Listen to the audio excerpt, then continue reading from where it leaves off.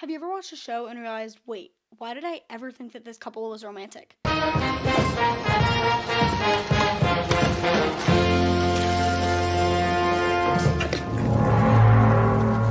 Because that was most definitely me with Mike and Eleven. Today we're going to be going through the reasons why Mileven is toxic and unhealthy. Mike's lack of telling Eleven he loves her / being affectionate towards her. I know this is a pretty common one, but he won't tell Eleven he loves her just like Nancy couldn't with Steve. And who did Nancy end up with just after that? Jonathan Byers. So why couldn't Mike go to Will? It's literally the same situation. People usually say Mike can't tell Eleven he loves her because the way his family treats each other, Mike Wheeler this, Mike Wheeler that. But none of that's true because Nancy clearly loves Jonathan out loud. Mike also showed affection towards Will in season 2. So do not act like Mike does not have the ability to love someone because he definitely does. Michael's communication issues. Obviously Mike is a whole different person in season 3, but that's okay because he's just trying to get his life figured out as he's getting older.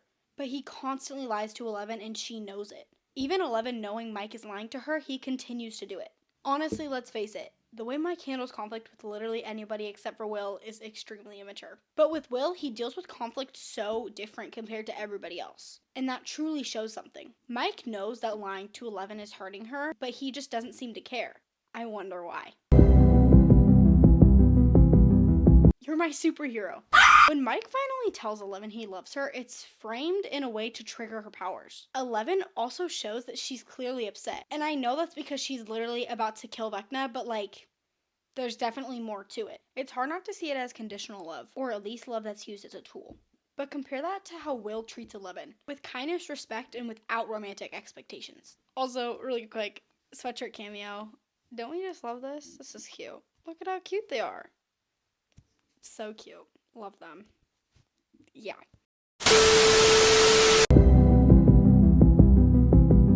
Eleven's identity loss. Eleven is very dependent on Mike, but she really needs to learn how to be her own person. She's a better character when Mike isn't around. No shade to Mike, I literally love Mike so much. But it's just like, girl, you don't need him. Here are some examples. Season 3 when Mike lies to her and Eleven goes to Max, and they become best friends. But Max tells her that life isn't always about dumb boys. She's right.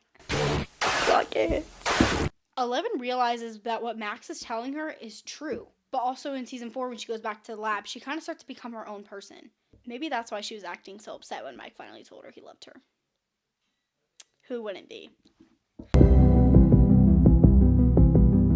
Romanticization of trauma bonding. I'm very passionate about this because it really annoys me. But I feel like Mike and Eleven only fell in love because of their trauma bond, and I know that Jonathan and Nancy have that too. But this just feels different.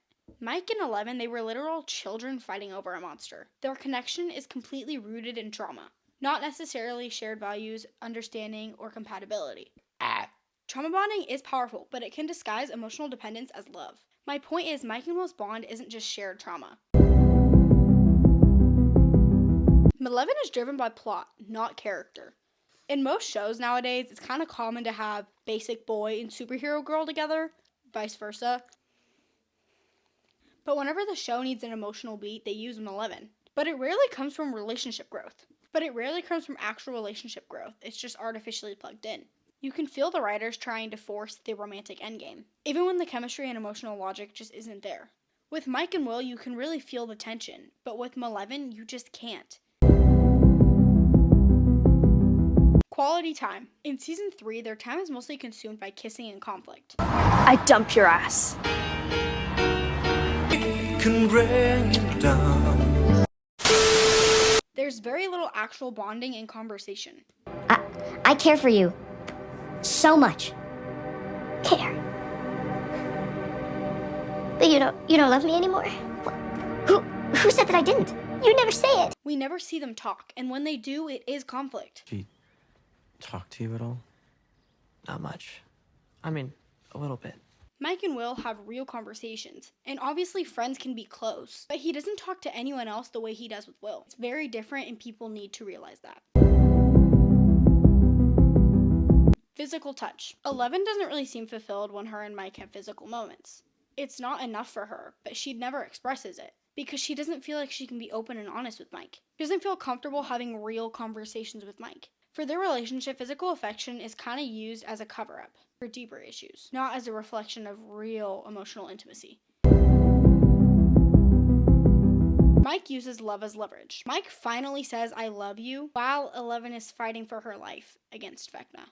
Who are you, Mike? Who are you? I mean, are we shocked? Of course he's gonna tell her that when it's necessary. And I knew right then and there, in that moment, that I loved you. 11 is literally about to die. Or so that's what Mike thinks. Mike's panicking, and Will is the one that tells him to tell her, "I love you." Elle! Mike, don't stop. Okay, you're the heart. Okay, remember that. You're the heart.